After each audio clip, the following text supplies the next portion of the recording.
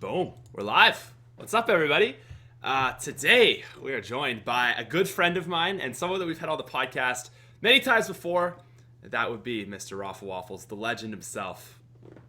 Hi, guys. MrRoflWaffles here. Yeah, how's it going, everybody? Every time. It's a tradition at this point. So, Indeed. the first time I ever had you on this podcast, this was a long time ago. I didn't even know you at this point. I knew you through Dave. Yeah. And you came on, and before that point, like, I had a really bad taste in my mouth from Origins, right? Like, I didn't like the ending at all because I was like, what? Like, it's all a game. I didn't understand. I didn't understand the house and all that stuff. And you came on, and I remember you explained Origins in a way to me that I was like, oh, well, that's awesome. Yep. And I wanted a great map, man. It was it was one of the best. And yeah, I was like, okay, I'm gonna wait a couple months before to have you back on, so that we could talk about Revelations. Is the real question is there any way that Revelations can be perceived to be as good as the Origins ending? I was like, I said this before we started. I was like, I don't think there's a way that I don't think you're gonna be able to do that twice. How about all right, I'm gonna take this as a challenge, right? Okay. How about I start things off by selling Revelations as the best map that we've ever received. Okay. And then you tell me if you're even a little bit convinced afterwards. How about that? I like this. Okay, let me take you back.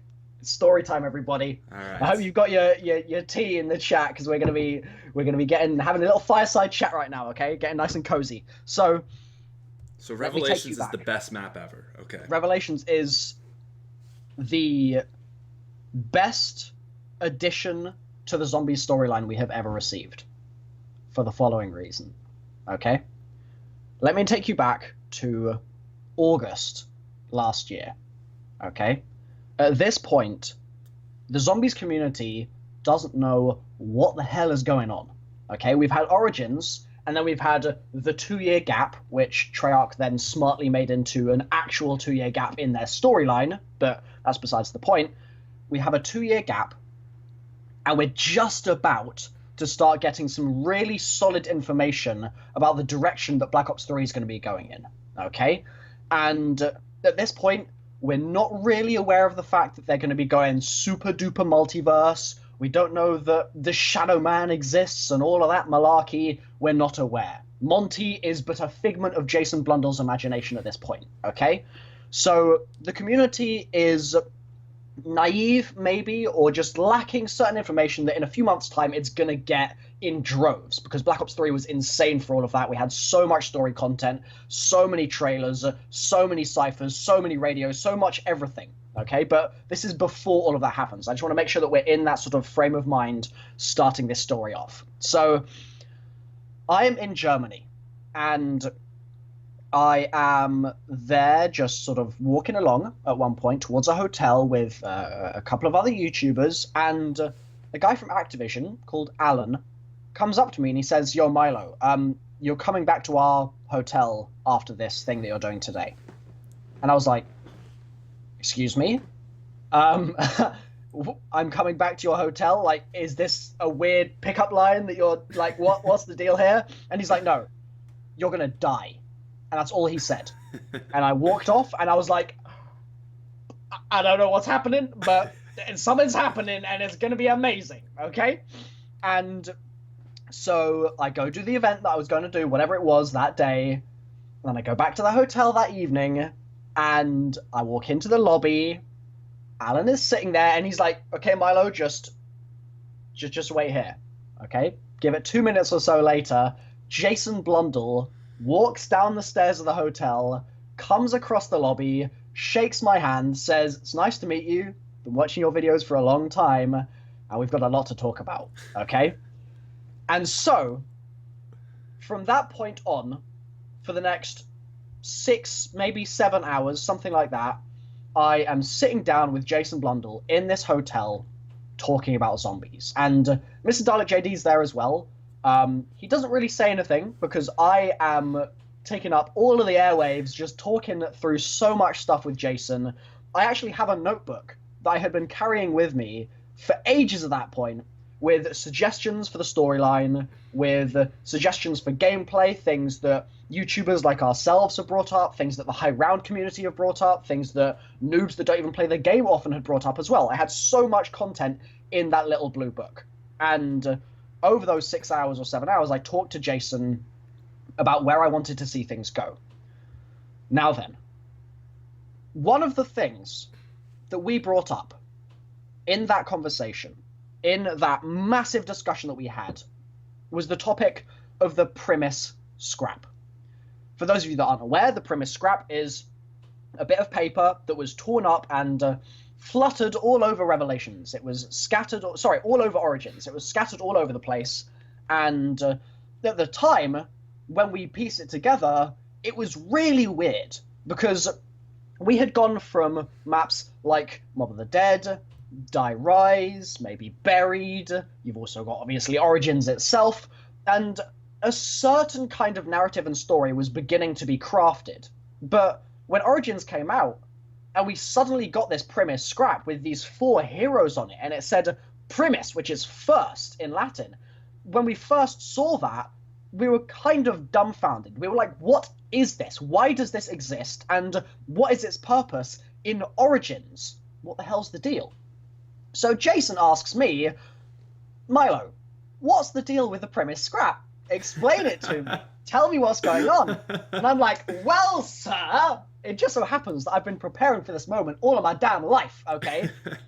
I had several fairly heated debates with a bunch of friends of mine that refer to themselves as the Ancient Order of the Keepers currently, which is a cheesy as all hell name, but it's what they go with. Bunch of really good friends of mine that I have discussed the story with for many months in the past and will continue to do so for many months in the future, many years in the future and past. And one of the conversations that we had, and specifically with a guy called Pinaz, was about the primis scrap. And our working idea, our working kind of hopeful hypothesis about the primis scrap was as follows. In the background, you can see a bunch of buildings. It's kind of unclear what those buildings are. This is the background of the picture of the background scrap. Of the primis scrap itself. Yes. So, in the background, you can see various buildings, but it's super duper faint and kind of hard to make out what they are.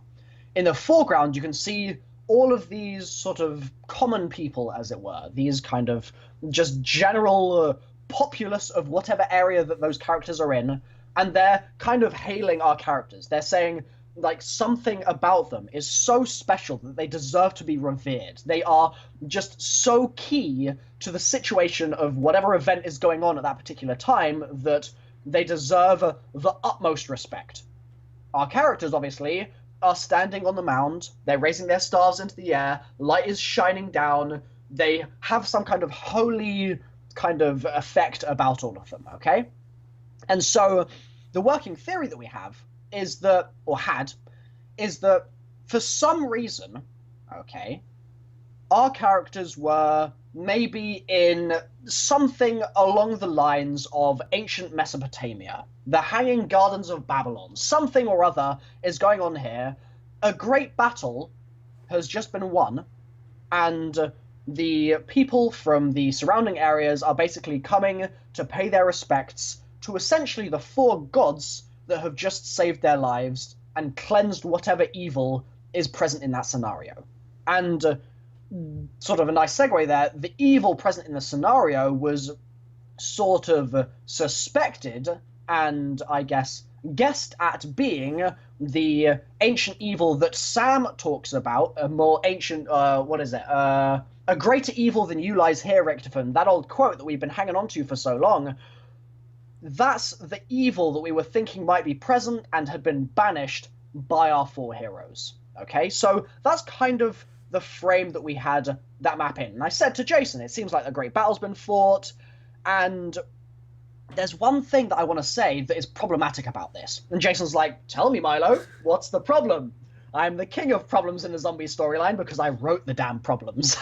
So I say to him, I kind of refer to this theory as the paradox theory, the great paradox, something like that. Because in order for this to work out in the way that I want it to work out, a certain condition has to be met. And Jason says, okay, tell me more. And I say, and this is literally what I said, by the way. I'm not embellishing this at all. This is literally what I was saying, okay? I said, for this to work out the way I want it to work out, for this theory to be correct in just the right way, that it will hit all the right notes on my zombie storyline sort of theorist xylophone in my brain, in order for it to work, it needs to completely not make sense. Because what I want to happen is for our 4 heroes that have fought the Battle of Primis to be the same 4 heroes that go forth during, for example, Black Ops 3 and go through that story. And I want the effects of Black Ops 3 to be the cause of what they are doing fighting that great battle. I want it to be this constant loop of they're doing stuff that causes the previous guys to have to fight that battle to save the world so that the original Origins characters can come together, so they can go through the events of Origins, so they can go through the events of Black Ops 3, so they can do whatever they need to do in Black Ops 3 so that they then go back in time and fight the great battle so that they can do it all again. Right. That's what I said at the time. I think a lot of people like that infinite loop idea, right? A lot. Right. It could be because that's the thing is Zombies has always been an infinite loop, if you think about it, because even from day one, it was like you kill zombies until you die on this airfield, and then you get just reset back to round 1, right? It's always been a loop. Mob of the Dead, and even for me, like that whole idea was really appealing. The idea of an infinite loop. Yeah. So we then come, what was it, like just under a year forwards. In fact, basically a year forwards. And so we're now in August of this year, okay? And at this point, a lot of weird stuff has happened in the zombie storyline, but my little prophecy, in Pinaz's little prophecy, if you will, that the characters will be going on some kind of journey throughout this game that might have some tie-ins to the past, so far has come to pass. It's come true. It's been fine. It's been unimpinged. It's worked. So every map through every map up until August has worked for you, is what you're saying. Right. There hasn't been anything in those maps that have meant that original paradox theory could not have been the case. Right. There's nothing that has basically been like a hard and fast no. Yeah. And so we get to just before Origins, and at this point, Jason is giving us some really weird messaging. He's pushing us towards things like Peter McCain being this key and vital character. He's pushing us towards things like Dr. Monty, a character who we first heard speak in DLC 3. And we last heard speak, obviously, in Revelations in DLC 4. That's only 2 maps. People forget that while Dr. Monty has been key to all of Black Ops 3, and has supposedly been woven into the past as well, he only actually appeared in 2 maps properly. And so Jason was giving us all of these new angles and new directions to go and investigate in the sort of DLC 3 and August kind of time period. But the old premise theory kind of swept to the side just a little bit. Just a little bit, okay? Then Revelations comes out. And, oh, and by the way, before Revelations comes out, one thing that I have to mention is this cipher that we got.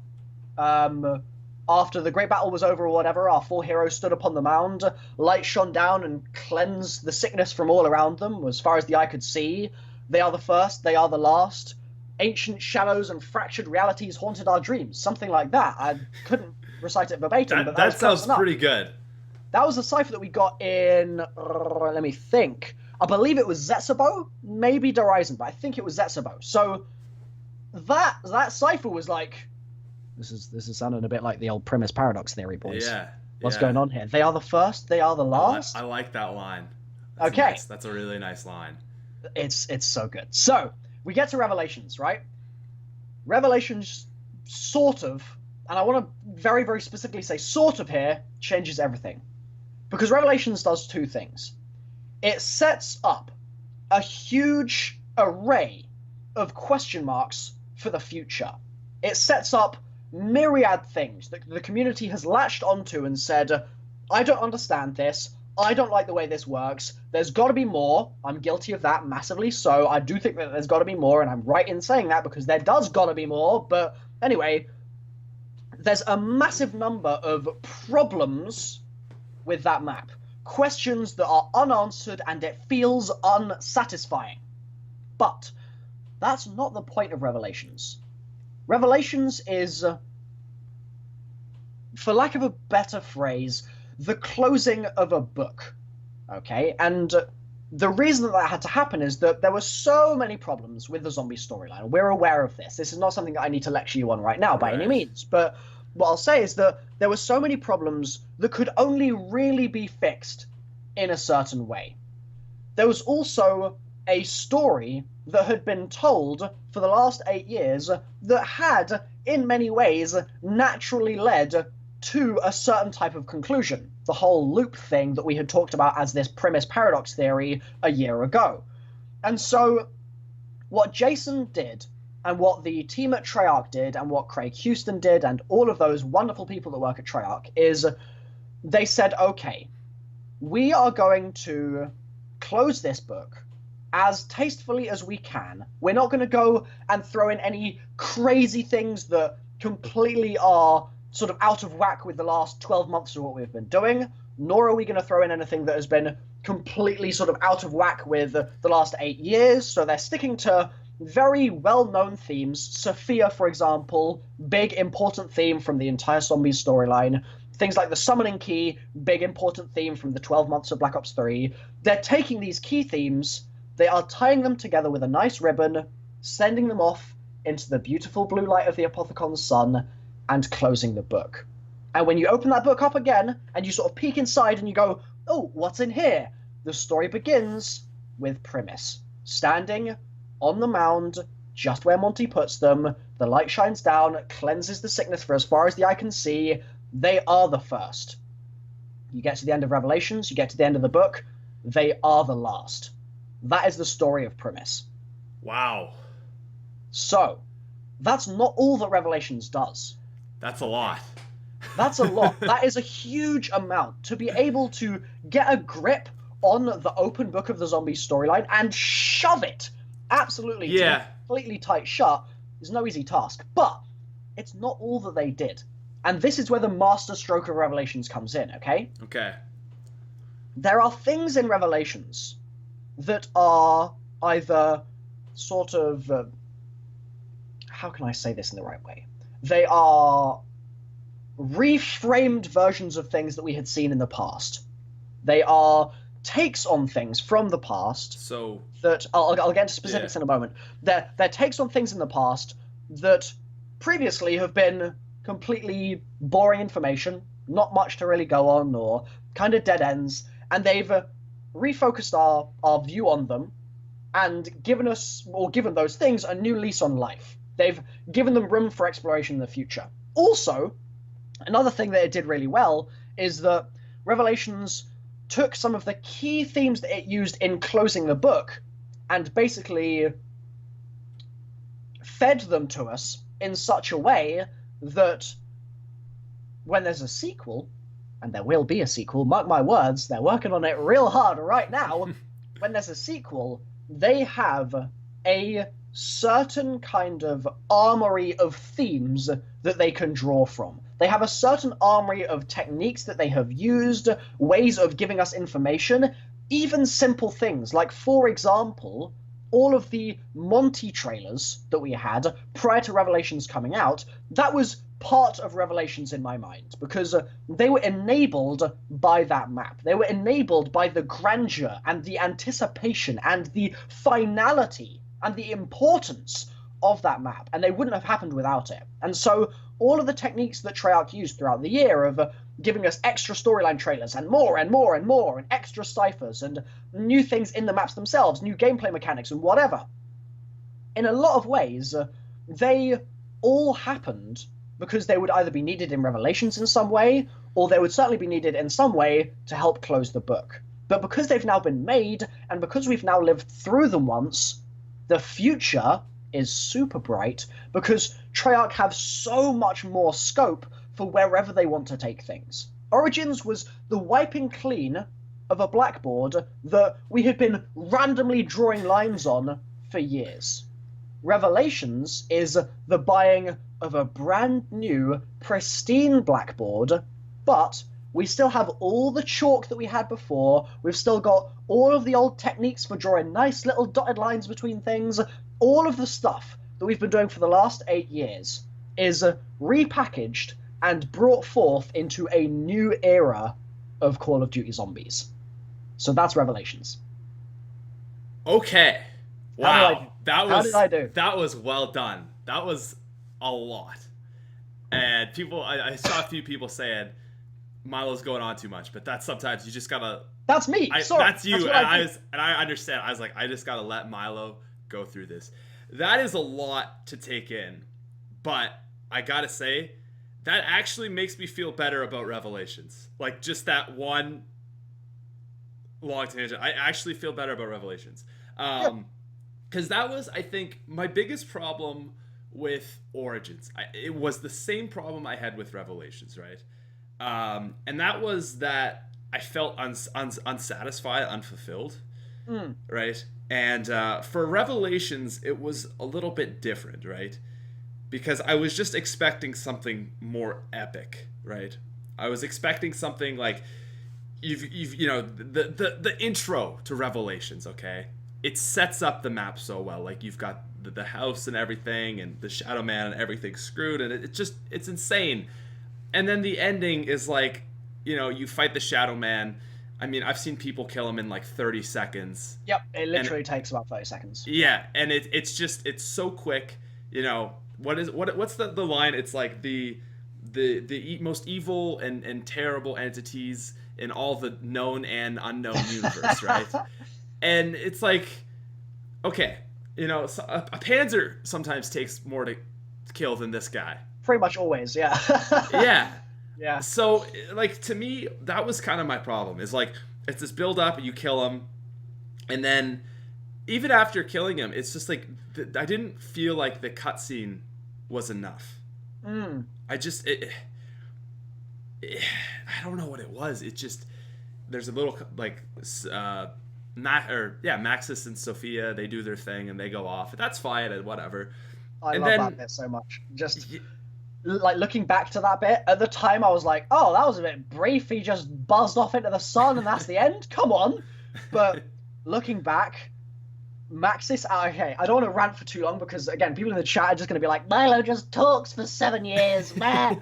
But, like, Ludwig Maxis, man, is such a hero. What an absolute legend in the story. I could talk about him for hours because he has such a cool place in the story where he starts off in one place, he flip-flops into another place, he flip-flops back again, and then the ultimate peril falls upon him, and he is pushed between these sort of warring factions of Richtofen and sort of, I guess, the Richtofen sort of side of things and the Shadowman side of things and the Monty side of things. He's pushed into the middle of all of that and just ends up having to make, like I've said in the past, the ultimate sacrifice, buzzes off into the sun.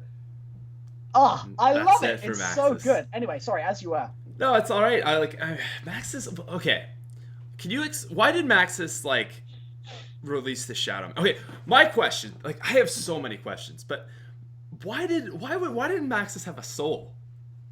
Like, I never understood that line. Like, yeah, Dr. Monty is like, you know, oh, you can't blame him. After all, he didn't have a soul.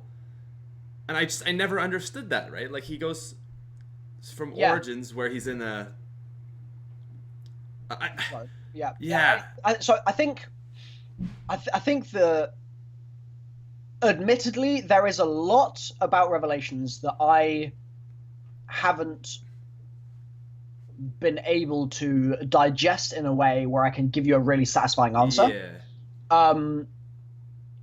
The sort of process I go through with zombie storyline information is that when a map comes out, I more often than not play through, like, do the Easter egg as fast as I can, whether I'm first or not, whatever. It's like, I just want to get through the egg as fast as I can so I can experience the end of whatever that egg is myself. I don't want it spoiled. I want to just get to the end and experience that bit of storyline. Then I sort of sweep through the map and think about all the things in there that are mysteries or that are currently unexplained and things like that. Ciphers are a really, really useful one to sort of dive into and think about the story. But I also obviously wait a month and then get all the quotes, and I listen through them all, and most of them I've transcribed. So I've got like a document that's like 40 pages long of all the zombie storyline quotes ever, all of the ciphers ever, all of that sort of stuff I get together so I can digest it all. And then I go one of two ways. Either I hit up that group of friends that I mentioned earlier on, and we have long, long discussions about the smallest of details in the story. So, for example, that Maxis thing of, like, you can't blame him, he doesn't have a soul, whatever. Yeah. That's the sort of thing that we might spend, like, an entire day just going back and forth on and arguing about. Or I might go the route of just doing it myself, and basically I maybe get my whiteboard out and I just sort of think about things. And I think about the context of whatever it is that's confusing and any quotes that relate to it. I compile all the info I can, and then I try and come up with some kind of conclusion, which is sort of me trying to apply the scientific method to zombies. Doesn't always work, but I try. Now, it means that when there is a topic, what would be a good example of it? Like the King ciphers from, was it Der Eisendrache where we got those ciphers about, was it DE or was it later on? It might have, no, it might have been GK actually that those ciphers were released, of talking about Pablo Marinus and the fact that he was at the castle and fighting That's the a king, battle. the king in the pictures, right, with the wolves. Right, those ciphers basically that we got gave us a load of info about them, about that king and about Pablo. And Pablo's a really, really interesting character, but I haven't so far crunched on them. And when I say I haven't crunched on them, it means that I haven't spent like an entire day of my life working out all of the little nitty-gritty details of that information. And so I'm kind of hesitant to make guesses about it because that's not really the way I do things. I try and do my research before I open my mouth, kind of thing. Yeah. And so the Maxis thing is kind of in that ballpark, but it's in that ballpark for a different reason. And it's that I don't feel right now like we necessarily have the material at our disposal to make a concrete statement about that information, because I've done sort of mini crunches on those sorts of things, those sorts of questions, and the problem is just that it's really, really unclear, and it would kind of be, in my opinion, either disingenuous to say, oh, I know exactly what's going on here and pretend, or I would have had to have had some kind of epiphany that I currently haven't had, if that makes sense. So yeah, I can sort of say from a less fundamental point of view that there are a few things coming into play there that are important to consider. One is that much as people love Monty to pieces, or they certainly did up until Revelations, I don't think that we can trust him as the be-all, end-all good guy in the zombie storyline, because that man has an agenda, and I certainly don't trust him. Don't know about the rest of everybody. Okay, that was something I wanted to touch on as well. Sure thing. I definitely don't trust Monty. Yeah. Not a chance in hell. And it's interesting. I did so many polls with my viewers prior to Revelations coming out, and I was like, do you think Monty's a good guy or a bad guy? It was good every time. Thousands and thousands and thousands of votes. Monty's a good guy. He gives us power-ups. He must be good. I can see why people want Monty to be a good guy, right? Because you want it clear, right? Like, you have the Shadow Man, who is clearly bad. Mm. And then you have your original four, who is clearly good. Maybe Richtofen, who knows with Richtofen. Okay. And then it just, Monty is gonna help our four, and like I feel like people just wanted him to be good, right? Mm. And like you had said, like, he comes into the storyline so quickly and it was like abrupt. just abrupt. Yeah. It just, like, out of nowheres, you know. We'd kind of heard of him, obviously with the gumballs and then the Widow's Wine and all this stuff, but it's just like, it came out of nowheres. And at first, like, the first thing I caught with Monty is, like, he's going through all this stuff and he's saying, like, you know, he's kind of like feeding each character information, those quotes you get when you down, right? He's like, hey, like, you know, are you sure you can trust this person? I'm gonna pull those up now. They're such good quotes. I love those things so much. They're really good. There's one I think he says to Takeo, and I swear it's kind of relates in, like, the Emperor and how Takeo's kind of starting to treat Richtofen like he treated the Emperor, like, you know, oh, like, I'm so grateful for Richtofen for showing me the light and stuff, or showing me the truth and all this stuff. But he kind of like at the end of Revelations, the way I felt is like, okay, basically, like, this whole premise thing is an infinite loop. Is that fair to say? Is it a loop? I don't like the word infinite. Okay. But loop, I'm happy with. Okay, loop. Okay, so it is a loop that, like you said, it starts from premise, goes back all the way to the end, and then they become premise. Yes. And there's I'm super, like, on this topic, I'm always really, really hesitant to sort of give any firm yeses or nos, just because it's the sort of thing where, like, you can say a sentence one way and it'll mean one thing. You can say a sentence very slightly differently and it'll mean a very slightly different thing. And so I just want to make sure that I'm trying to be in the right place. So apologies for my hesitations. But yeah, as you were. So this is like, as far as the loop goes, like, my understanding is really not very good, but sure. You have Origins, and that's like our first time our characters meet, all this stuff goes through, we go Revelations, but then premise has already taken place before all this, right? So yes. So as far as chronologically of the loop, premise is first? Sure, yeah. I mean, the thing is, you can interpret it so many different ways. That's just, like, the working theory that the community has latched onto, but you can just as easily interpret it as them getting sent back to that point in time, and then that no longer being that same universe anymore. Okay. You can do that if you want, but, like, it's the sort of thing where, like, in the same way that with Origins, we got to a point where Origins happened, and there were a few interpretations, like, it's all in Samantha's head, it's all a dream. Thumbs down, I hate that interpretation, and it was wrong, thankfully, but that was one of the things that people were guessing about. Other people were saying, oh, it just means that they're going to start an entirely new story, they're not going to go anywhere near the old stuff. That was another interpretation. There were lots of different ways of taking it, and it's the same with the end of Revelations, in the sense that Treyarch, in theory, have completely free reign to do whatever they want. They can decide whatever ending interpretation is correct that they want to. And I think that's part of the reason that they do these things, is that they actually want us to decide.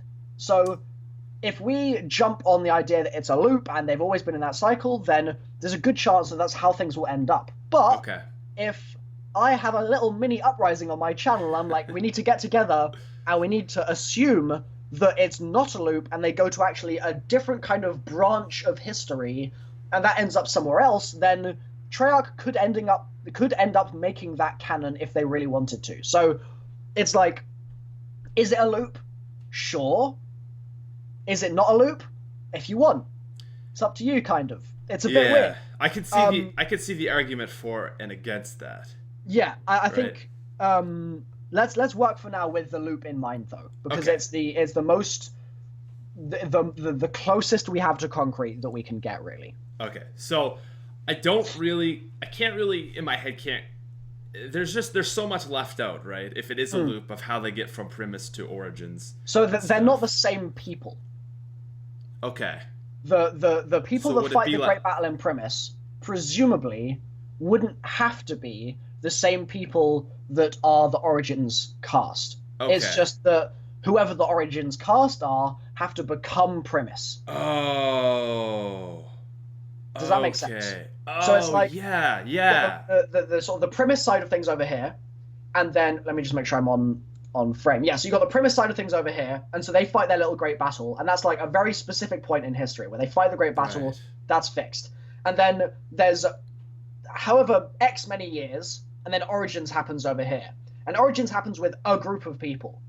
As long as that group of people go along, get to Revelations, and then go back and become these guys, then that's fine. But right, they don't need to then keep going and be the same people again and keep going around and around like that.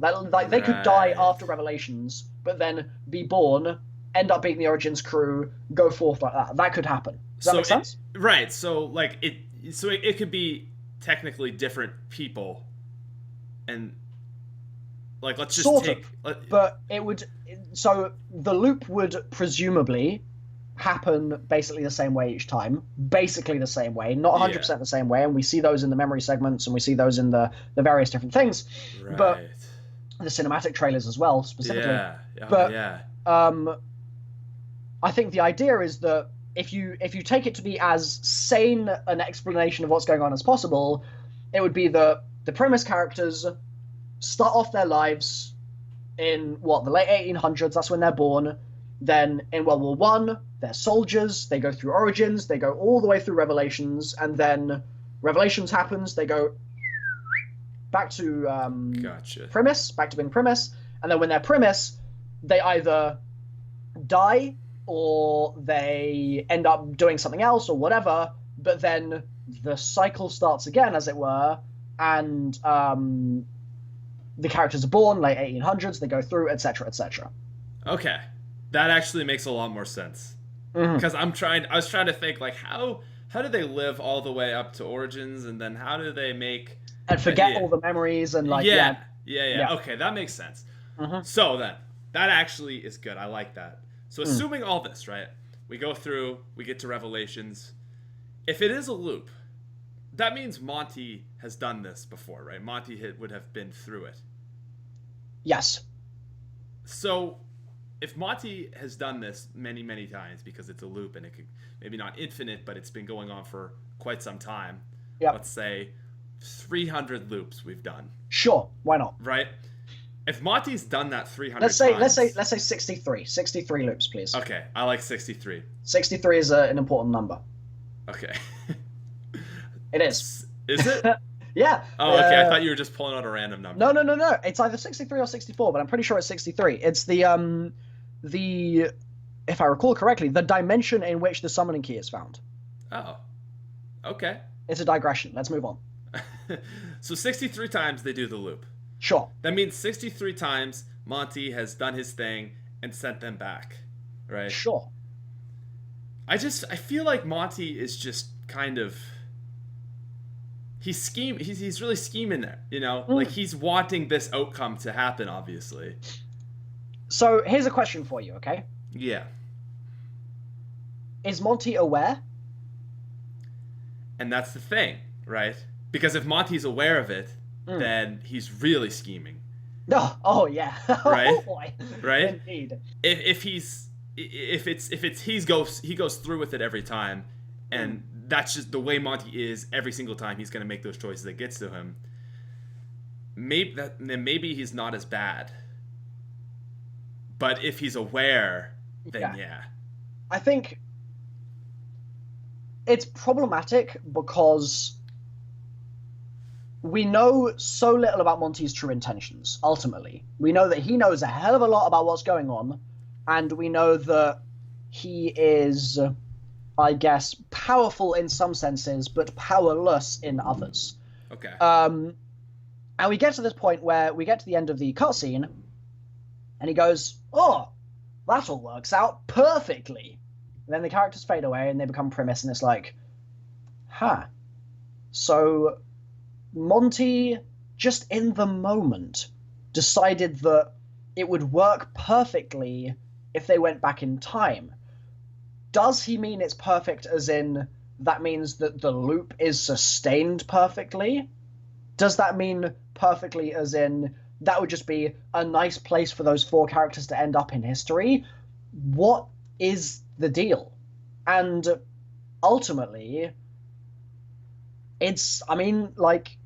you can interpret it either way. You can go multiple directions with it, as you can with so much of the stuff in Revelations. And I think that's why it felt unsatisfying for a lot of people, is that They wanted a solid answer, and Treyarch never give solid answers, and so, surprise, surprise, we didn't get a solid answer. I sort of fall on the side of things where I think it's really boring for, like, the idea of Monty just purposefully sending them back in time over and over again so that he can stay in control or something like that is so boring to me. So just unbearably boring. Because it's like, I have no reason to care about that decision. Sure, he can stay in control. So, I don't give a damn. Like, there's no reason to care at all. It's like control of what? Like, just this... Yeah, right. It's like, basically, Monty is Treyarch, right? Monty is Jason. And so, Monty, or Jason, comes into the story and goes, doodly doodly doodly doodly doodly, I'm going to do a load of things over here. Yay, I'm making some changes. Woohoo! And then he says, okay, well, now we're going to do that all again. And so, if it's Monty, then he's a character and he's just doing it again.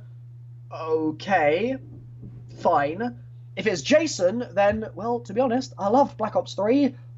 I'd happily play through that experience again. Bring it on. So, like, I just find it a bit dull that so many people are latching onto the idea of him wanting to maintain control of the universe and all these grand things that we sort of don't really have evidence for, but also I just don't really have any inclination for or against, if that makes sense. Okay. Yeah, that's actually fair. Because I like the idea of Monty wanting power interests me, but then I never really considered, okay, power for what? Yeah. And if it's just the power to continue that loop, then yeah, that doesn't really benefit him. I think ultimately it will be very dependent on the next game. Yeah. If they decide that Monty is going to be a recurring character, which I do not think, I would place a bet right now, happily, that he's not going to feature in the next game. Certainly not in a way that is, like, there's not going to be any dialogue from him, I don't think. Okay. I think that they're going to put the Monty stuff to the side and leave it. They're going to close the book. Hey, yeah, I think that his book is going to come to an end.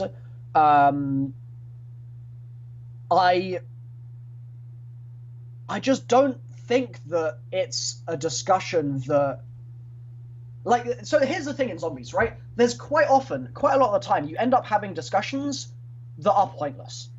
They're pointless because the information is not going to be used in the future, it's not going to go anywhere, it's moot information, it's pointless, right?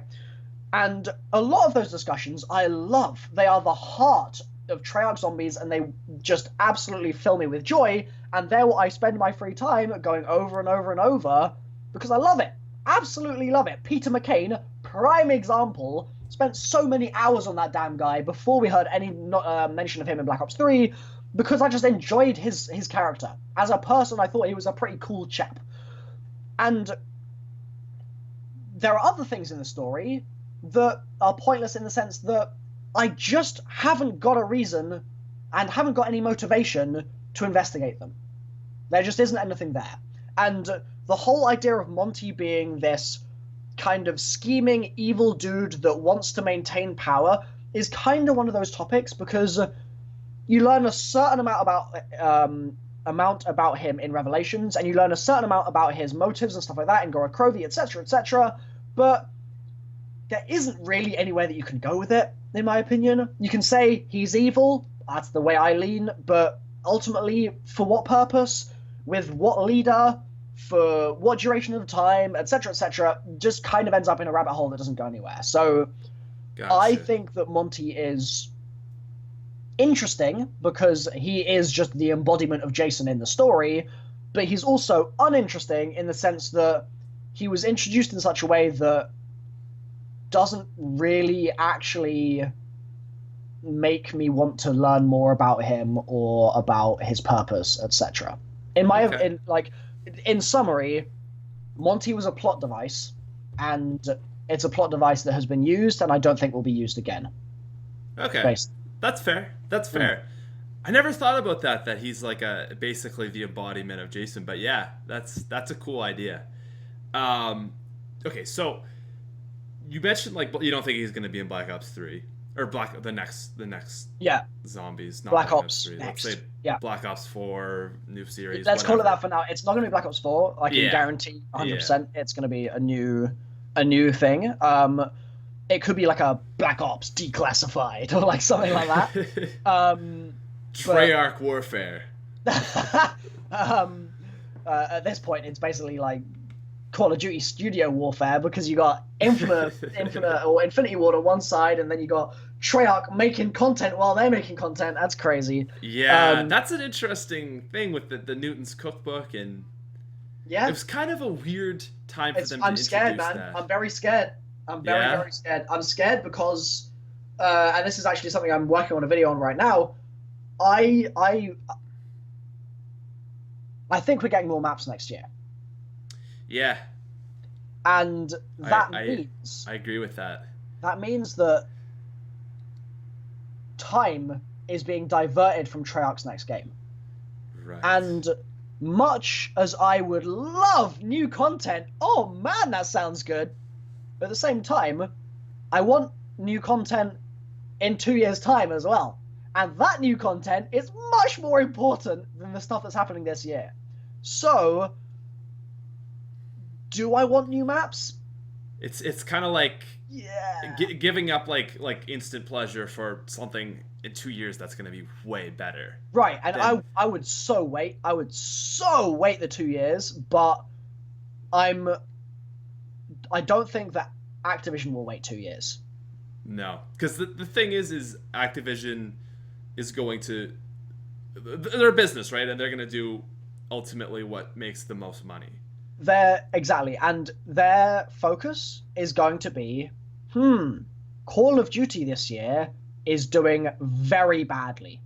Like, horrifically badly. Yeah. This is something that no one at Activision would have predicted a year ago. Nobody. They might have thought that it would have been a bad year because, for starters, it's like the start of a new IP in a sense. It's Call of Duty Infinite Warfare, not Black Ops 3 or Modern Warfare 2 or anything like that. It's a new branch of the Call of Duty universe. And so it's obviously going to sell less. That's just the way that it works. Especially after Ghost. Sell better.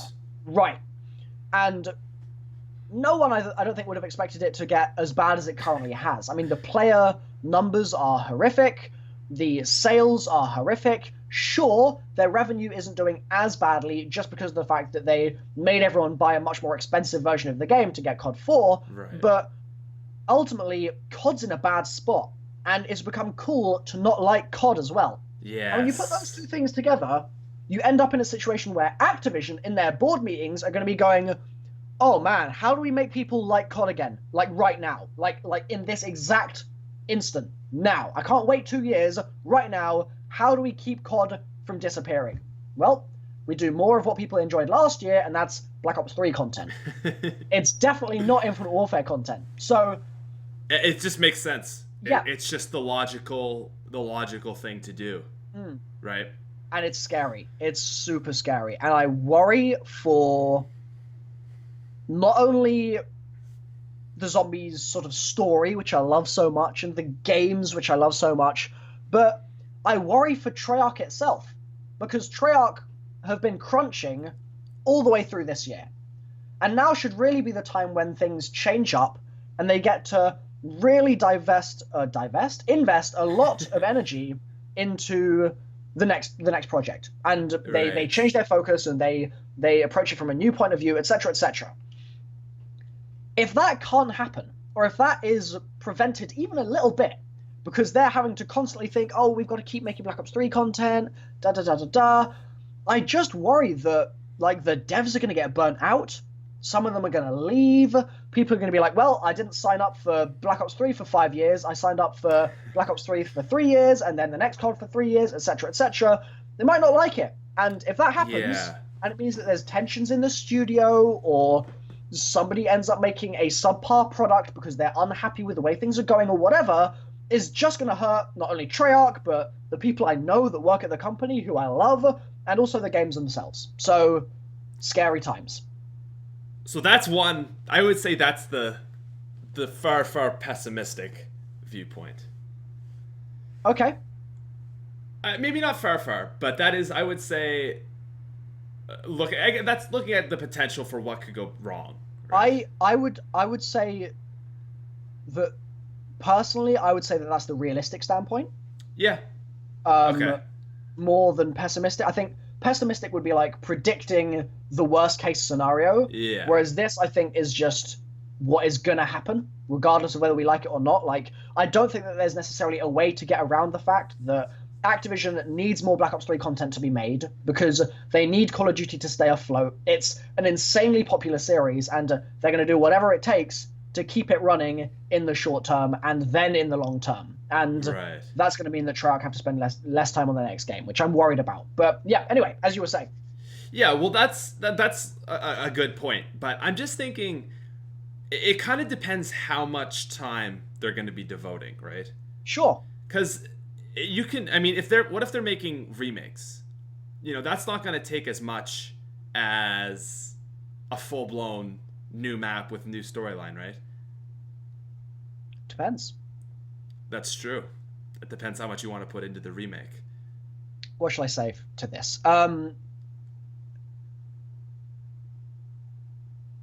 I think that... Okay, from a technical point of view, these remakes are not as easy sort of concept to visualize as remakes from maybe let's say the remakes of the original maps when they released them with with Black Ops 1, right? With Resurrection. Right, yeah. So or with the hardened edition of the game on launch. Yeah. So with those maps, I think that was quite a simple decision because it was basically taking things that they'd already built and just kind of shunting them into the Black Ops 1 engine, which was close enough, I think, to World at War that it wasn't like the biggest pain in the ass in the world. Like, granted, it was probably difficult, but it wasn't like impossible. But now, just because of the fact that with Black Ops 3, as I'm sure you remember from prior to launch and during launch as well, they said so many times that they've redesigned the lighting system. They've redesigned the streaming system for textures and for models and everything. They've redesigned the AI. They've redesigned the way that they actually craft space. Everything has been redesigned, or at least much of it. In fact, the EXE itself is different now. And so I feel like if they were to take old maps and try and shunt them into this game, of all the games that they've done, this would be the one where they would basically be rebuilding them from scratch. Okay. So it would be a lot more work, I would presume. So that's one thing to consider. Another thing is that Treyarch have put the story in a certain place right now where remakes that would just be the same would probably leave people sort of... Like, my personal opinion, I don't know if you share this, it would be interesting to hear your thoughts, but I kind of feel like if they released a remake of every single map, every single one, which is not going to happen, but that's a lot. Yeah. If they did all 22, 23 maps, or obviously not Revelations again, or not the Black Ops 3 ones, but like it's pushing 20 maps. It's nearly 20, okay? You remake all of those maps, you bring them all into Black Ops 3. To be honest, I think that people would play them for a month, max, maybe. And after that, I honestly think that the majority of the people, not like the hardcores like us, but the majority of people that would be interested in them would be like, oh, okay, right, what's next? Okay. That's it. Because... Go ahead. Like, just to finish this point. Yeah. The actual map packs don't last more than a month. That's what I was going to say. Yeah. Right. Yeah, because even Horizon Drac, people play a little bit, and oh, cool, I made bows and stuff like that. Unless maybe you really want to go for the Easter egg or something like that, and you're not the best player that you can just do it one and done. You're not going to play it that much, right? Like, it's kind of the first time experience. Much can you play a remake Because this is the thing. Revelations fell off very fast. Would you agree? Yeah. Okay. People like, have 2 days after that Easter egg got solved, it was done. Right. I've heard a lot of people saying, one of them, big proponent of this idea is Lex, that part of the reason that Revelations fell off so fast is because we've played it, 7 times before in all the little bits of map that we've played in the previous maps. This is not a new experience. This is old stuff again. No wonder it fell off so fast. So if we get remakes, regardless of if they take, I don't know, they take Moon and they make it set on the moon that blew up. I don't know what they're going to do, if they're going to do anything. But if they go really far and make them remakes that are actually re-envisionings of things, and they're like separate universes to the previous ones and all sorts of cool stuff, new story stuff is in there maybe, who knows. If they do that, we're still going to kind of get bored of them pretty fast, no? That's fair. That's actually a very fair point. Because that was always my hope, is like, I think it would be cool if they took the maps that they had and then re-envisioned them to the way the new storyline works, right? So they would take it like Moon, for example, and it's the blown up moon. And then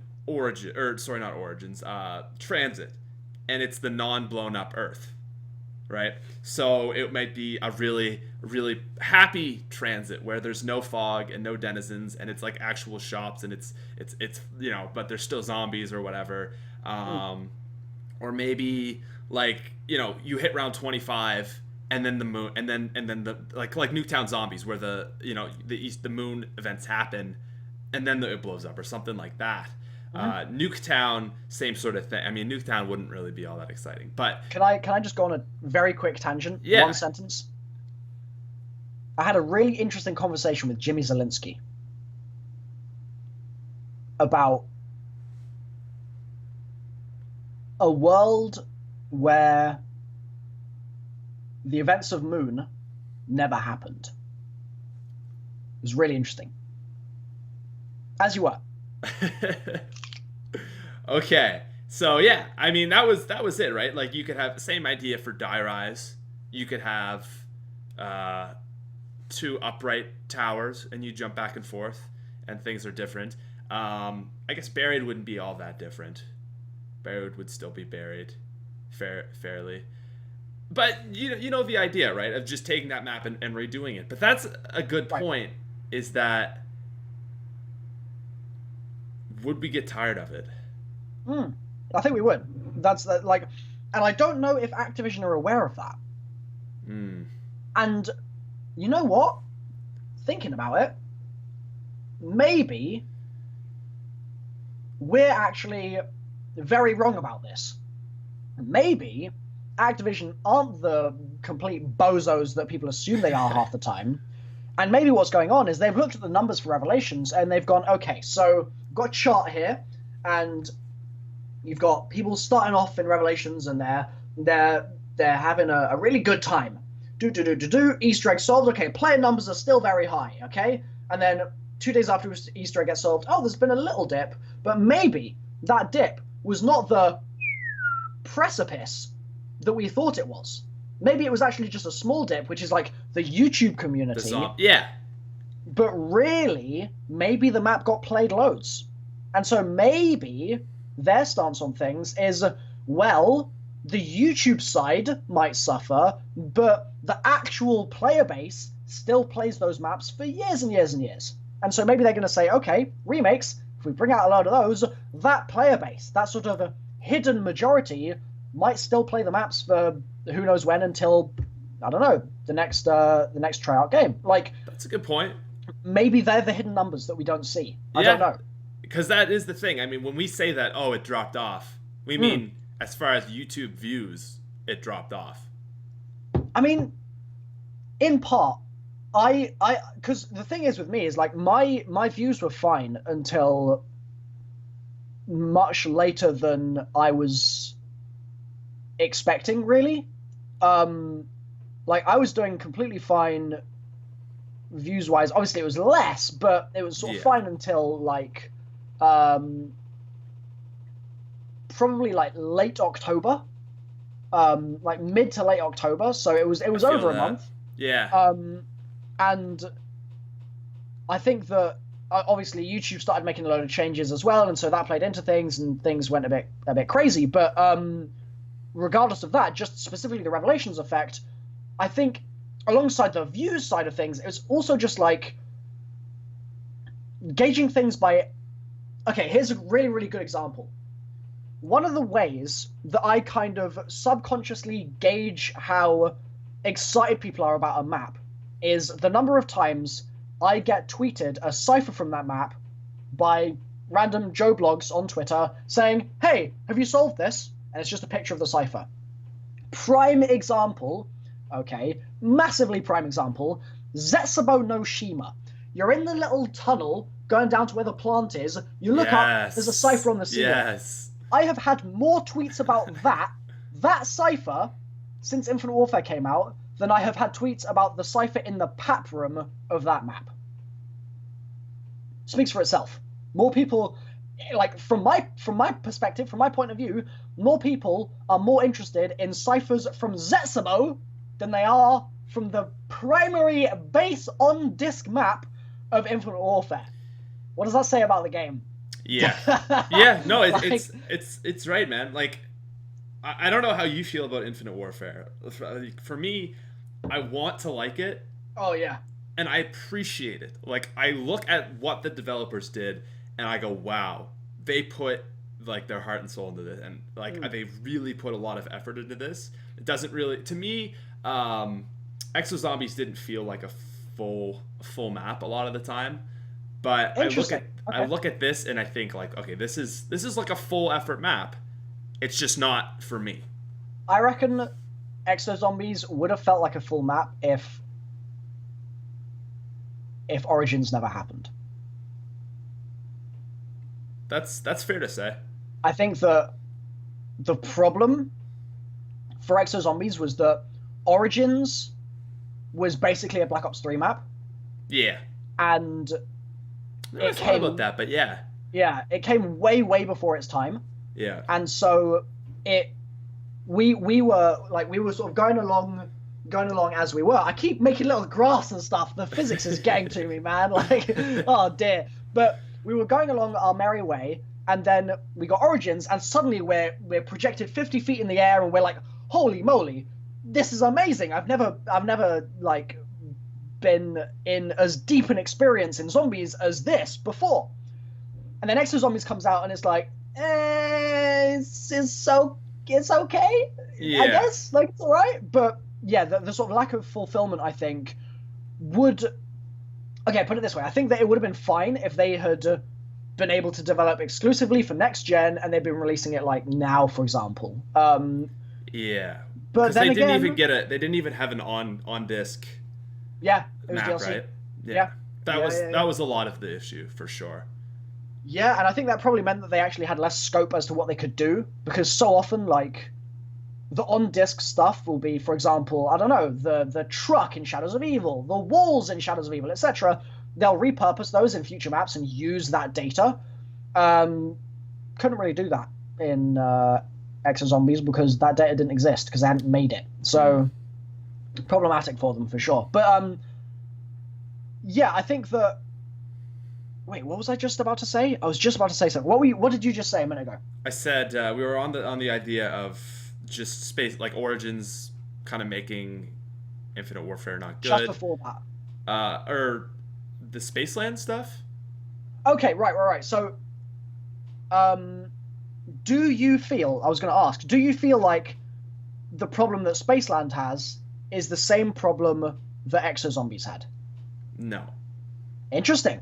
Tell me so more. I was excited for Exo Zombies because we hadn't had a zombies map. So it went Origins, A Year of Extinction. It's good. It's better than you think. Dude, what? I like Extinction. Excuse me? I'm the only YouTuber ever. Bye. I'm out of here. No. Okay. I like 2 Extinction maps. I like the first one and the ship. I don't think I ever played the ship. I got bored. There you go. There you go. I mean, it's not the greatest game mode, but I think people give it too much hate. Anyways, I give it justifiable hate. They deserve every shred of hate of that. Oh yeah, from a storyline perspective, especially, I could see it. Yeah. But anyways, we have Extinction, a year of Extinction, which obviously was not enjoyed by the community. Agreed. I think your response is a pretty generally accepted response. I think so, yeah. And then I remember we were getting excited for Exo Zombies. We were like, oh my god, they're gonna do something for this game. And then it was cyborg zombies. Do you remember? Yeah. And then it's Exo Survival Mode, and everyone's like, oh god.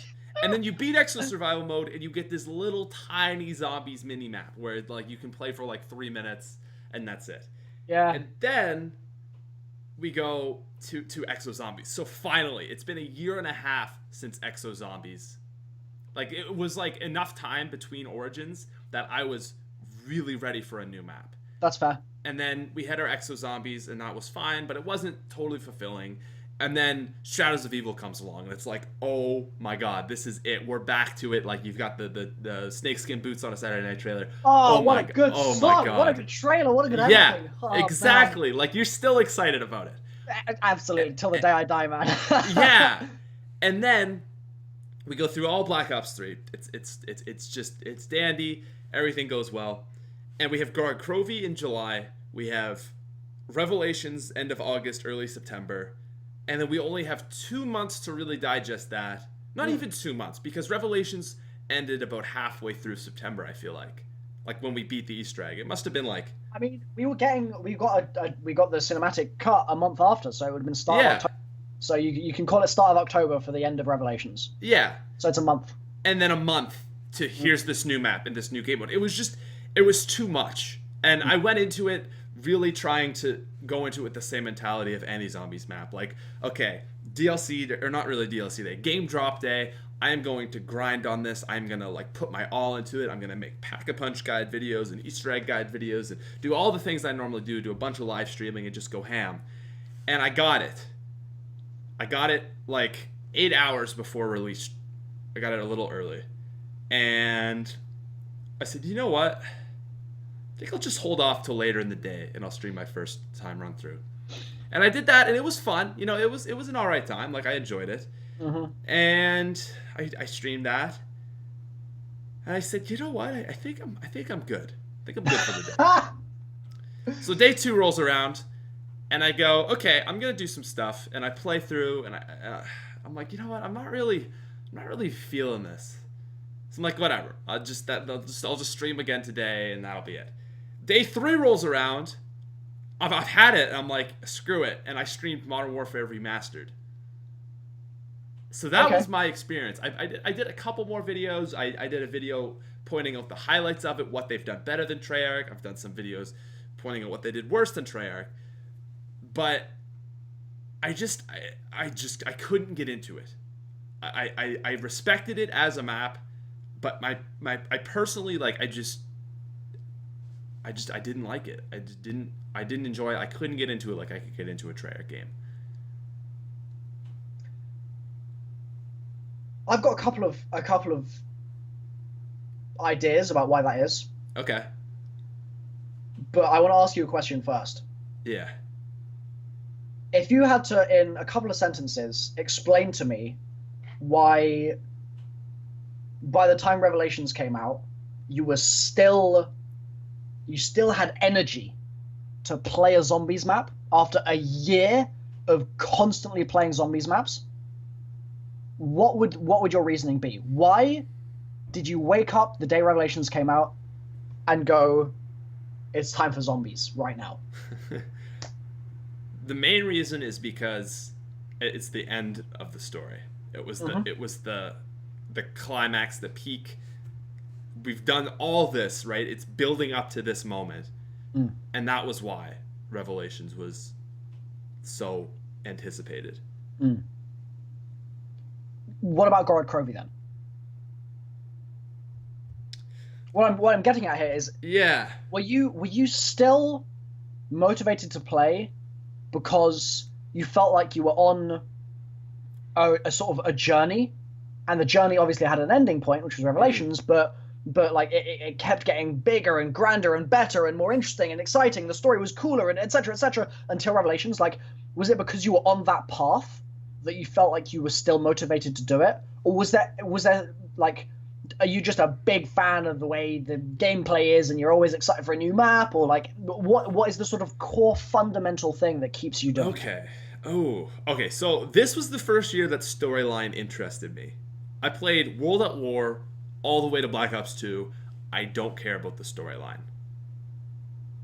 Understandable, yeah. Yeah, that was just never my thing. I like the gameplay. I like killing zombies. And this was the first year that I liked Black Ops 3 for the story. I really liked Black Ops 3 for the storyline. I got interested. Can I pause you there? Yeah. So remember what else you're going to say. Don't forget what you were about to say, but I'm just going to interrupt very briefly. Why do you like the story this year? What did they do that was different? It was. Ooh, that's a good question. I guess it was. I feel like I'm getting interviewed now.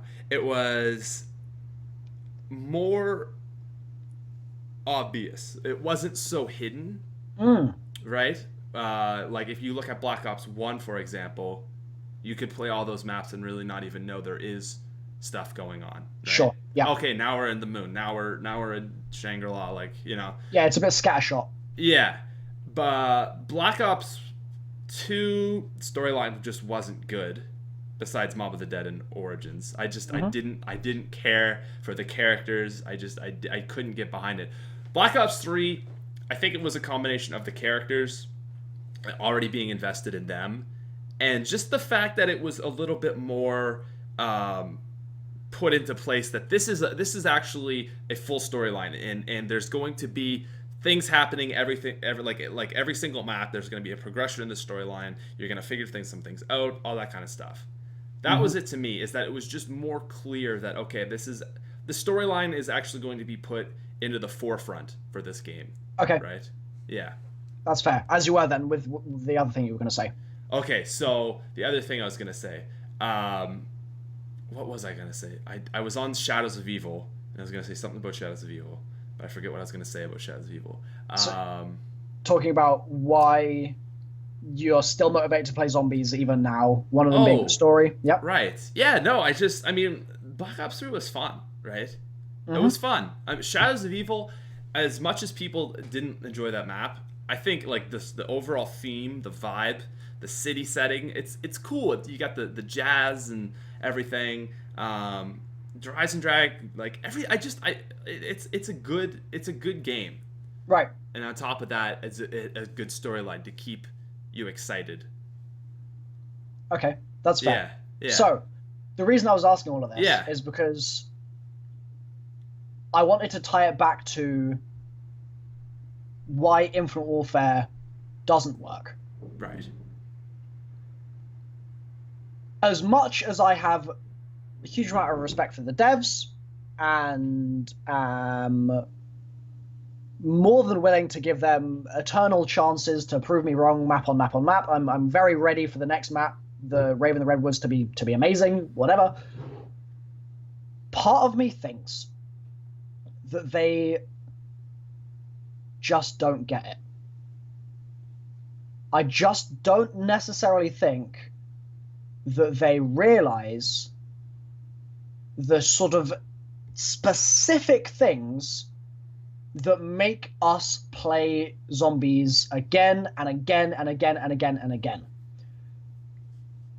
Treyarch started things off with Nitro on Tone, obviously, with a map that was stupidly simple, but, I mean... Changed my life. Right. 100%. I got a PlayStation for that. Same here. Exact same deal. I literally... Actually, wait, no. Let me think. Yeah. Pretty much. Crazy. Anyway, I think that the original thing that Treyarch did so well is they had such tight gameplay that worked so well and was so gripping, and like that map would make you sweat back in the day because everyone was like, oh my god, it's so tense and it's so dark and I don't know what's going on, and it's like it was this horrific little morsel of awesomeness. Okay. And things went on, and Treyarch began to sort of build a community and build a way of interacting with us and build a style that was very them. Infinite Warfare, I feel like, tries to do something that Treyarch does very well in their own way. And the problem is that I don't think anyone cares about their way. Yeah. Like, I see them making this map, Raven the Redwoods, the new map that's coming out. Haven't even seen the trailer. Oh, really? Did you even know the title? Have I spoiled that for you now? No, I know it's Raven the Redwoods. Okay. I just went on my sub box last night. I saw a whole bunch of videos, and I was like, oh. So, shall I avoid saying too much about it so that you're not spoiled, or do you know not what? I don't care. Go for it. Do you want to watch it first, right now? Sure. Yeah. Why not? Okay.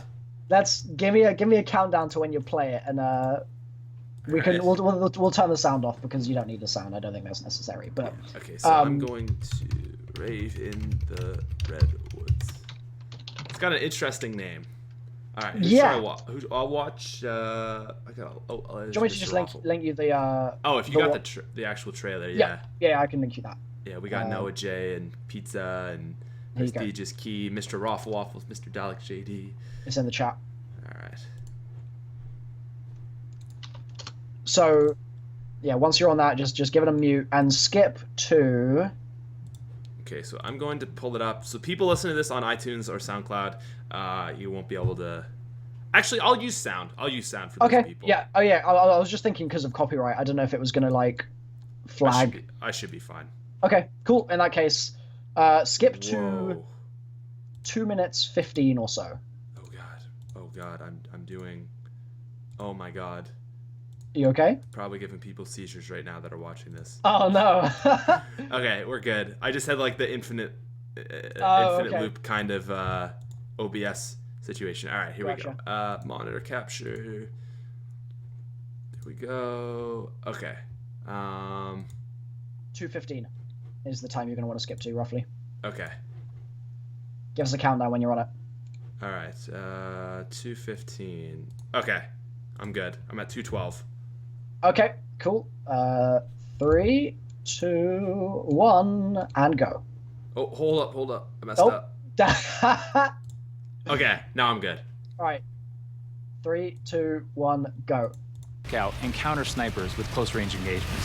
So this is the trailer. Yeah, I think I'm a little bit behind you. The Raven the Redwoods is a trip back to the 1990s to a place that is such a stark contrast from what we did in Zombies in Spaceland. I think players are in for a real surprise. We made them really comfortable in Spaceland by opening up lanes, making it bright and colorful.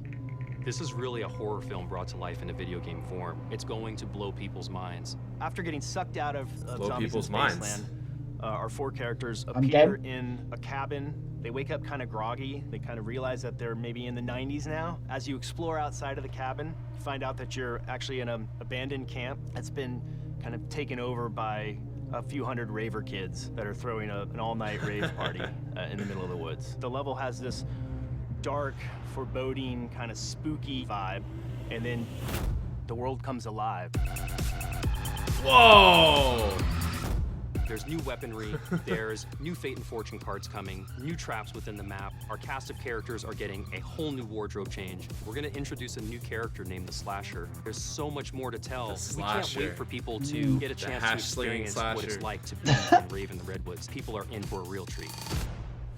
All of the devs here at Infinity Ward cannot wait for our fans to get their hands on the new content. The weapons, the quests, there's so much going into it. Fans are going to be super excited. So that's about all you need to see. So the thing I want to say about this trailer, right? Okay. Is that like the first 20 seconds of it where they're showing you just sort of the world a little bit, and you've got this character with really long nails. I don't know if they're a werewolf or what, but they're holding an axe and they're walking through this room, and there's like nooses hanging from the ceiling, and there's like a red light, and it's super dramatic looking. That looks pretty good. I like that. Yeah, like the vibe.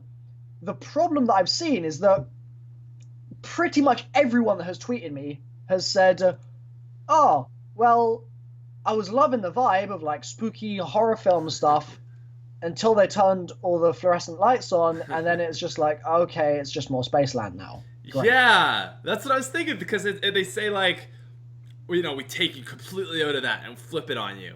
Yeah. And then we give it back right again. Yeah, and he's like, and then the world comes alive, and we're back where we started, and nobody cares anymore.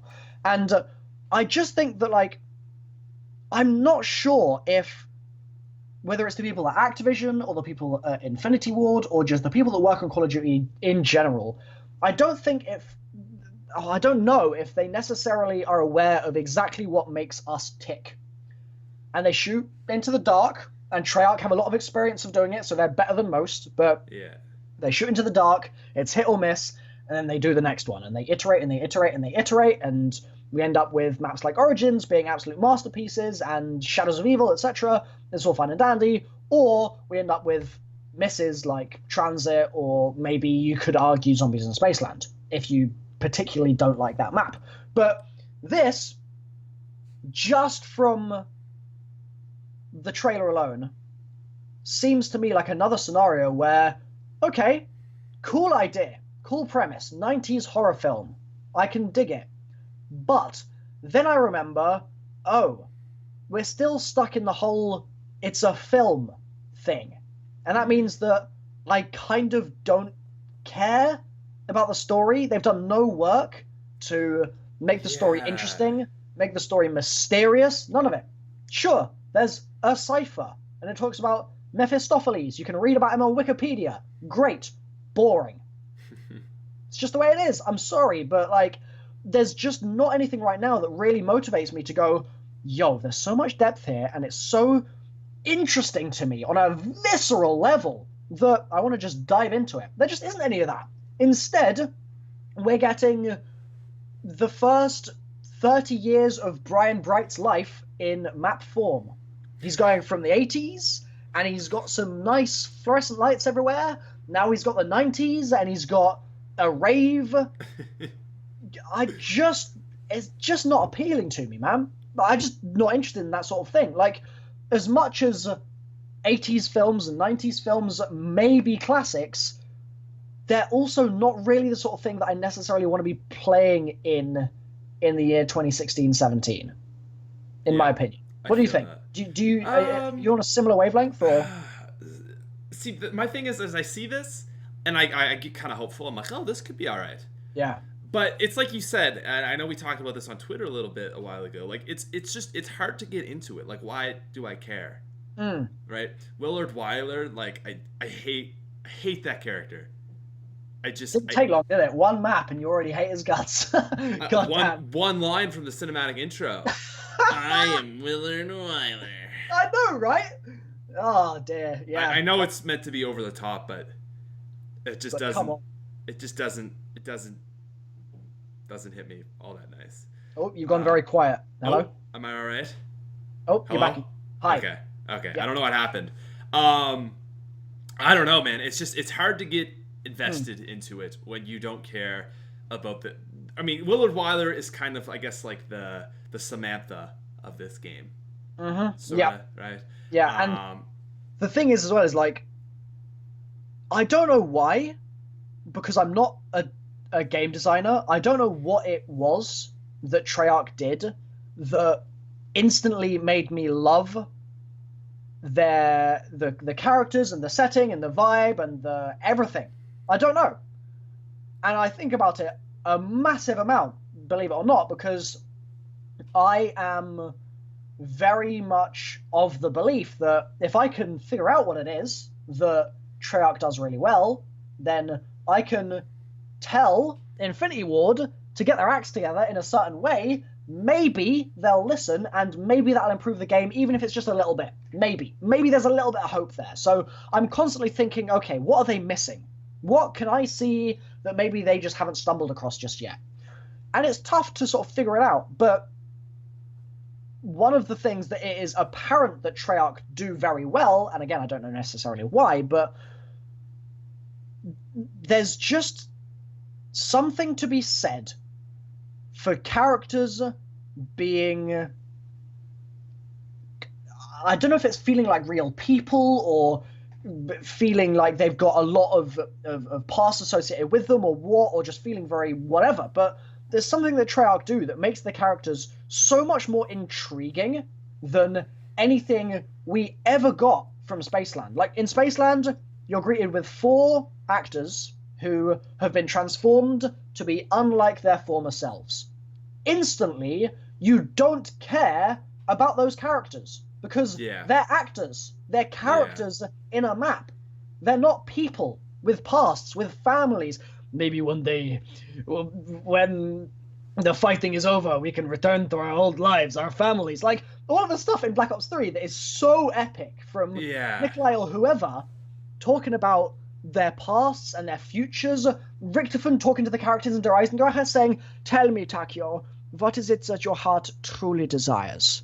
Tell me where your dreams take you." Like, all of these sorts of things. And I'm like, holy moly, man, this is so cool. Deep. It's so cool when they talk to each other. Right.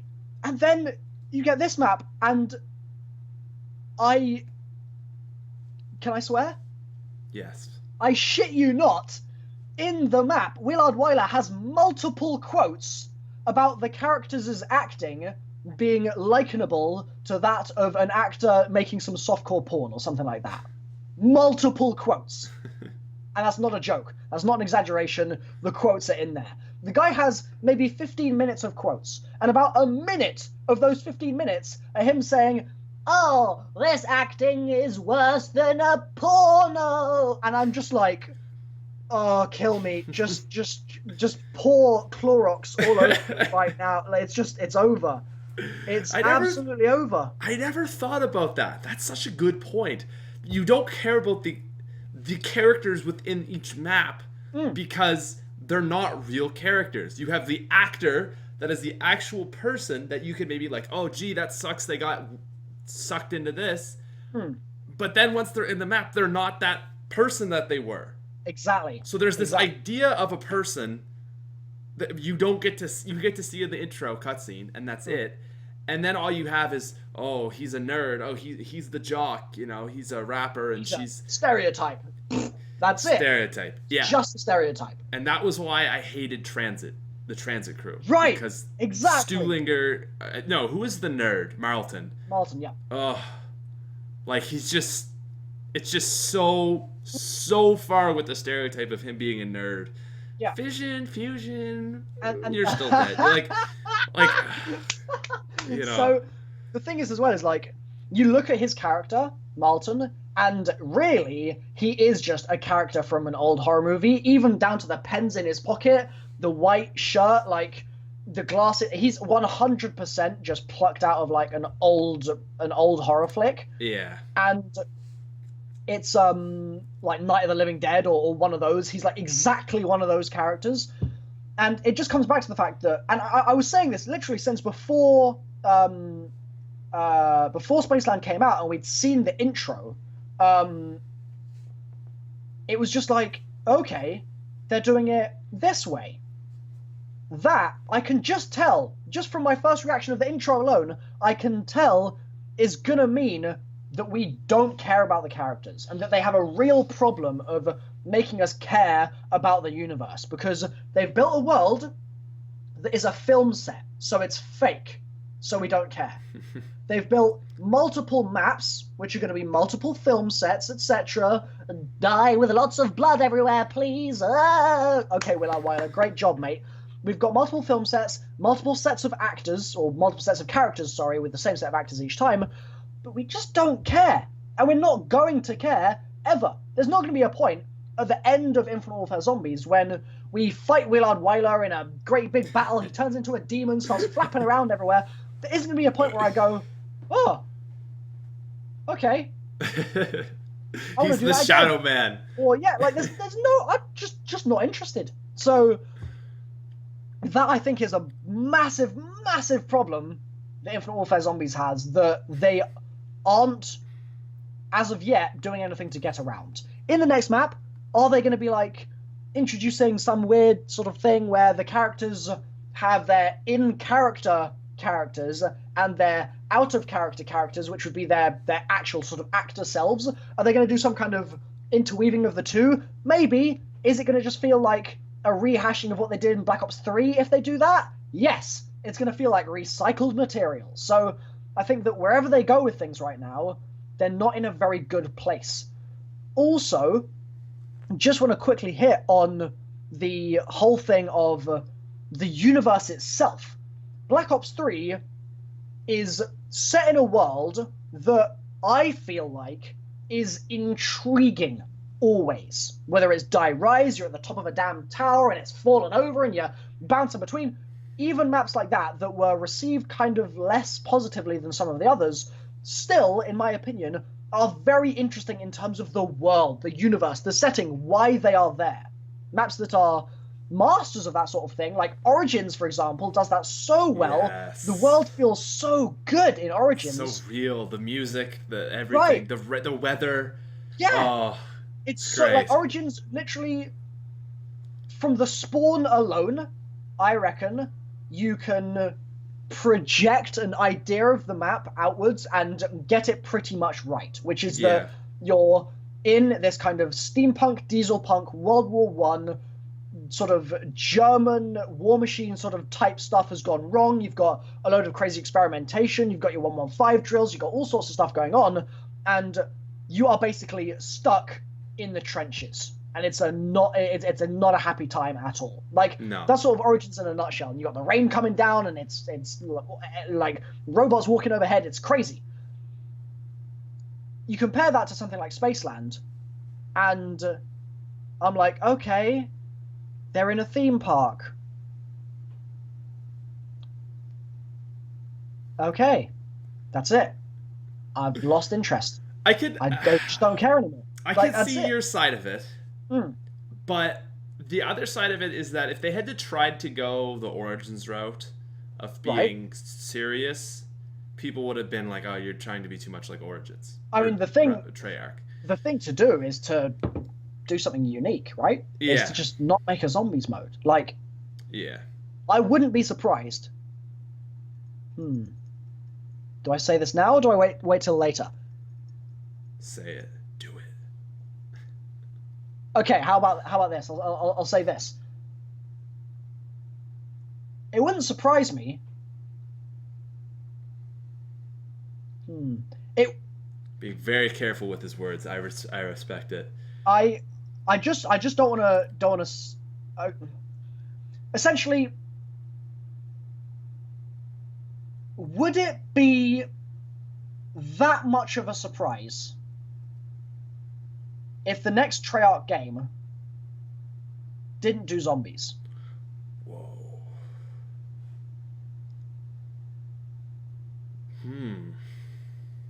I just think, what else would they do? The reason I say this is that there's been a certain way of Call of Duty releasing for the last couple of years, where it's been non-Treyarch does something, non-Treyarch does something, zombies. Non-Treyarch, zombies, etc., etc. Now that we have zombies, yeah, right? Treyarch gonna say, okay, take that formula, we're gonna do something better. That would be nice. If it was better. Honestly, if there's a company to do it in this 3 developer cycle, it's Treyarch, right? Mm-hmm. And I think that the prophecy has started to fulfill itself because Infinite Warfare have just defaulted to zombies. They've gone, what's the easy option? Make another zombies game. Make another zombies experience. What are Treyarch going to be thinking? Let's take the hard option. Let's do the thing the other studios can't do. And let's make something that no one is expecting, no one in a million years is expecting, and do something totally, totally different. Will it still have similar sort of aspects of the zombies mode that we're familiar with? Yeah, of course. Like, they're not going to completely abandon their past work. No. But at the same time, are we going to get a situation where we spawn in, it's round 1, there's a pack-a-punch, etc., etc., all of these obvious mechanics, a mystery box that we see every single map, whether it's Exo Zombies or Infinite Warfare Zombies or whatever, are they going to follow those same tropes that they originally established 8 years ago and have been following ever since? Maybe not. So that's a good argument. 'Cause I don't know. if you think about it from a creator aspect, people, very creative people, right, tend to do what people aren't doing. Right. Yeah. Because what happens is they say, okay, like they do the creative thing, which 8 years ago was to make a zombies mode in a first-person shooter, right? And they go like, okay, that's different. I like it, and they go through with that, and it's so creative, it's so new, it's so exciting, it blows up, and they ride with it for 4 years. And I can almost think of that the same idea as like from a YouTuber aspect, like maybe you're Casey Neistat, right? And you start a vlog, and it's so different. It's because it's got the very like cinematic aspect of it, and his personality. It's just so amazing, and you do that for a while, and it's very successful, but it's no longer like creatively challenging, right? Because like you said, you have every aspect, you have all of that. All you can really do in the zombies world is just add more. Okay, we're gonna add a new gauntlet of Siegfried, or a new weapon, or hats to give you extra protection. you know stuff like that. But it's still at the core, it's still killing zombies, right? It's still zombies, guns on the wall, mystery box, like you said. Right. So from that creative aspect, it actually makes sense that they would probably maybe not do zombies. Now, to say that Treyarch wouldn't do zombies is very out there. But that's what I'm here for. Yeah, exactly. I think another thing to consider, and I've been kind of like off and on thinking about whether I should make a video on this or whether I should just hold off for a little bit, because it's kind of a subject where I want to make sure that if I say something like this, and people react in a certain way, it might end up meaning that Treyarch see that reaction and go, oh, maybe we don't go in that direction. Yeah. Pardon me. So, like, for example, pardon me. If they were making, I don't know, a Dead Ops Arcade 3, for example, let's say that they were working on that right now, and you came along and made a video saying, Dead Ops sucks. I hate it so much. Ugh. And that was the whole video. That's just a 5-second clip. That's it. 5 seconds. And the community is like, yeah! And the video goes viral, and it gets like 3 million views. You can bet your ass that Dead Ops Arcade 3 would get cancelled at that point. Like, they're gonna react to the community to an extent. Sure, they'll be push and pull, and it'll go back and forth. But ultimately, if something is very, very unpopular, they're not going to do it. And so, if I make a video saying a certain thing, and my community on my channel reacts a certain way, and Treyarch refocus things because of that, then essentially, I don't want to abort any projects that they might have like under the hood right now that they're working on. I don't want to be that guy. So the last thing I'll say on this particular topic is this. Dr. Monty was introduced in such a way that he's responsible for wall chalks, gobble gums, perks, a lot of the dialogue we get in the maps, announcers, etc. What happens when you take away Dr. Monty?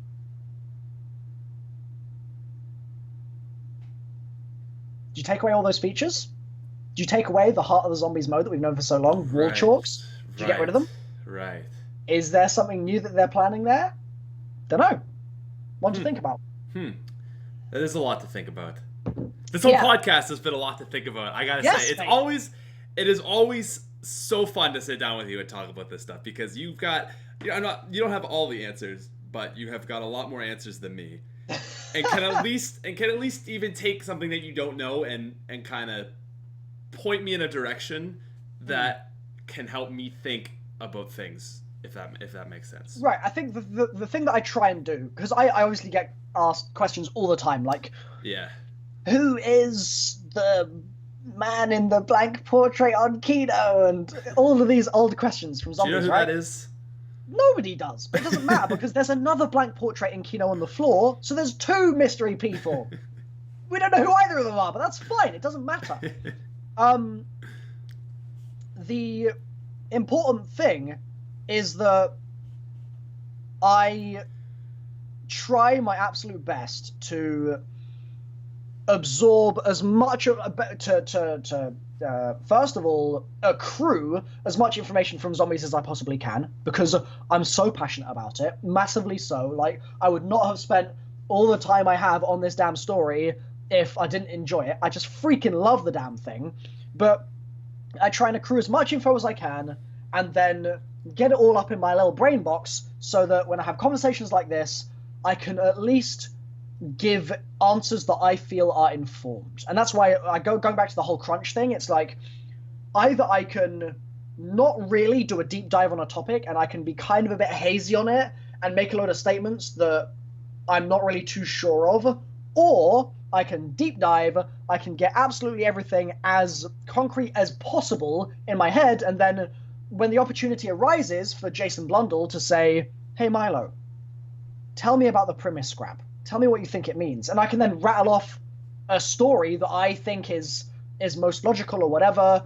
I mean, who knows? Did Jason take what I said then and sort of angle the story in that direction because he thought it was a good idea? Probably not. He probably had all of that planned already. But it's those sorts of situations where I essentially want to be ready. I want to be prepared to the same deal goes for the little blue book. I had a little blue book full of stuff just in case I met Jason Blundell at the ready, because I wanted to be prepared, and it came in massively handy in that conversation. That is cool. That happened. So I like that. I just want to be able to excel when the opportunity arises, and so I do my best to be diligent wherever possible. Doesn't always necessarily mean that I've got all the answers. I don't, absolutely not. And nor am I right about all the things that I say. There might have been stuff that I said today that people would disagree with. That's fine. We're in a time right now where there's a lot of interpretation in the story rather than concrete fact. And there always has been in the zombie storyline, really, but now more so than ever, really, in a lot of ways. And yeah, ultimately, I just want to see the community grow as much as possible, because I love being a part of it, and I want to see more Treyarch games in the future. God damn it! Yeah, man, I feel that absolutely. Here's a question for you: If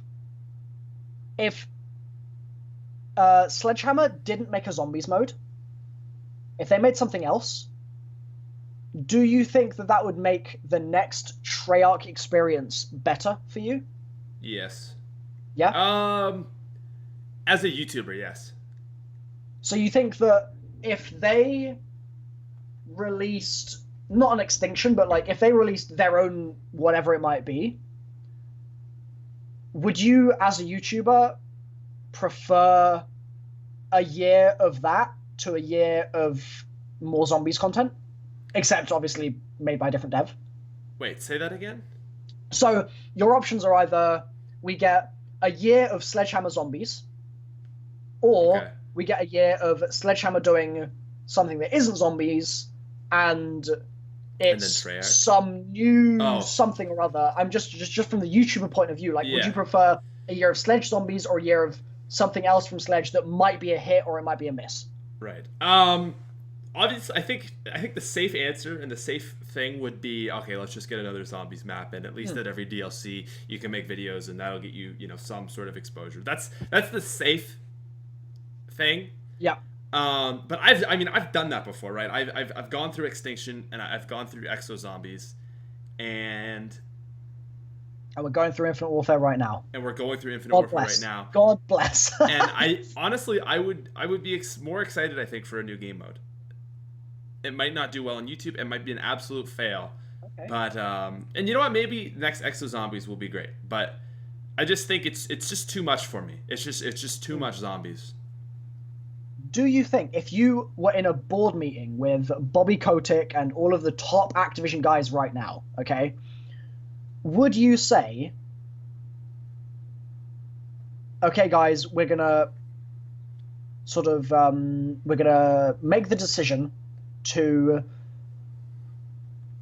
make sure, like, force Sledgehammer into making something new because we think that the year after that with Treyarch will sell better and it'll have higher engagement, etc. Is that the call you make? If you're Activision themselves, what do you decide? See, that's tough. Mm. I think honestly, probably the best call for Activision will be do Exo Zombies 2. Right. Because Exo Zombies is at least already established, and there's a fan base for it. Yeah. So I think at its core, it is probably smarter and more smart and safe from the Activision point of view. Yeah. Yeah. But right. I guess the thing is that I'm not Activision, right? Right. I'm just like, screw it, flip the ship and see what happens. Script. Yeah, going crazy. So the thing that I'm kind of like considering in my head right now is like, we have basically 2 years of quote unquote downtime until the next Treyarch game.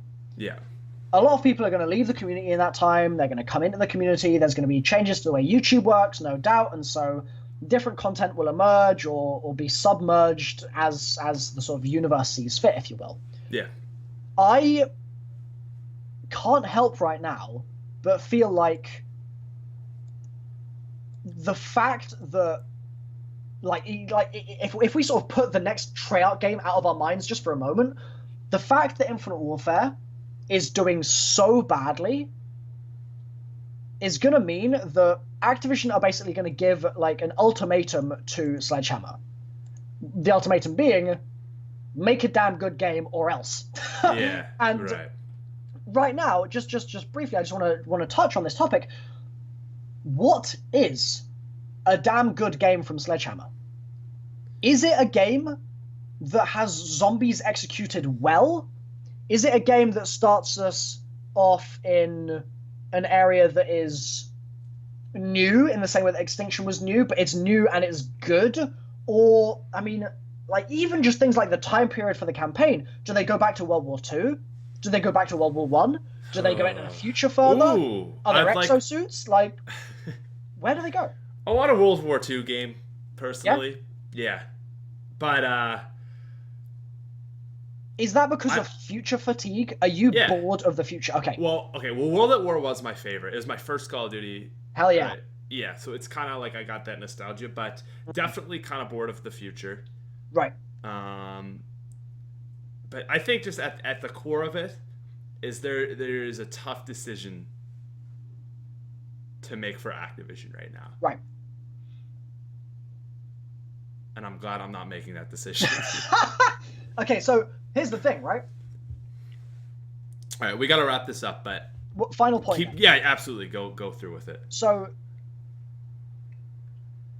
in the same way that with Infinite Warfare Zombies, I think that they have shot themselves in the foot because they've got a made-up setting and they've got made-up characters playing made-up characters, and it's all just a bit, just like I just don't care, right? We've talked about that. Yeah.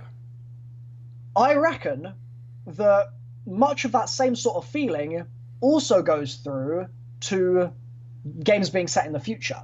It's another case of this game is set in a universe that is so different from my own that I just don't give a damn. Oh, the damn sun's expanding and we're running around in space on Mars now. Great. All right, fine. Do that once. Cool. Interesting premise. Do that 7 times and you're really scraping the bottom of the barrel. So maybe what we need to see from Sledgehammer now is a sort of alignment towards the Treyarch way of doing things and saying, we're going to set a game in history, in a real setting, with real mysteries associated with it, with some real grit to it, with some real boots on the ground action, and we're going to go down that path instead of the future, because that is how we get people invested in the campaign, invested in the things that come out of that campaign, so the zombies mode, the multiplayer modes, etc., and ultimately sort of guarantee the success of COD. Maybe that's how they do it. What do you think? I like that idea. I like that idea. I like taking it back. All you gotta do is look at the success of Battlefield 1 right now. People saw that trailer. Oh my god, this looks amazing. Yeah. Right? World War 1. So that's the way to go. Back to the past. Let's do it. Yeah, Activision, it's on you now. I like it. Wow, that was a lot. That was awesome, though. Like I said, it is such a pleasure to do this every time. Usually, like, we try to go for an hour. That was like almost 2. Easy. Easy. Easy. So guys, we're gonna end it there. But if you guys should all go subscribe to Milo if you like this sort of talk. This is your channel. This is crazy theories, very, very deep stuff, but is always just extremely interesting. So there's 679 of you. I want all 679 of you to go subscribe to him right now. Yes. Top link in the description. Everyone, go over to Milo. Go check him out. That's it. Episode 115. I thought I'd have you on for 115. It's just too perfect. Yeah, I don't know if I mentioned that, but you didn't. That's awesome. Well, there you go. I didn't want there to be any pressure. 115, everybody. Hell yeah. Yeah, perfect. 115 was all about zombies, so it's just exactly appropriate. The final thing I just want to say is, once again, thank you for having me on. It's always Absolutely. really, really enjoyable just coming and having a chat, drinking some tea, as you do. Yeah.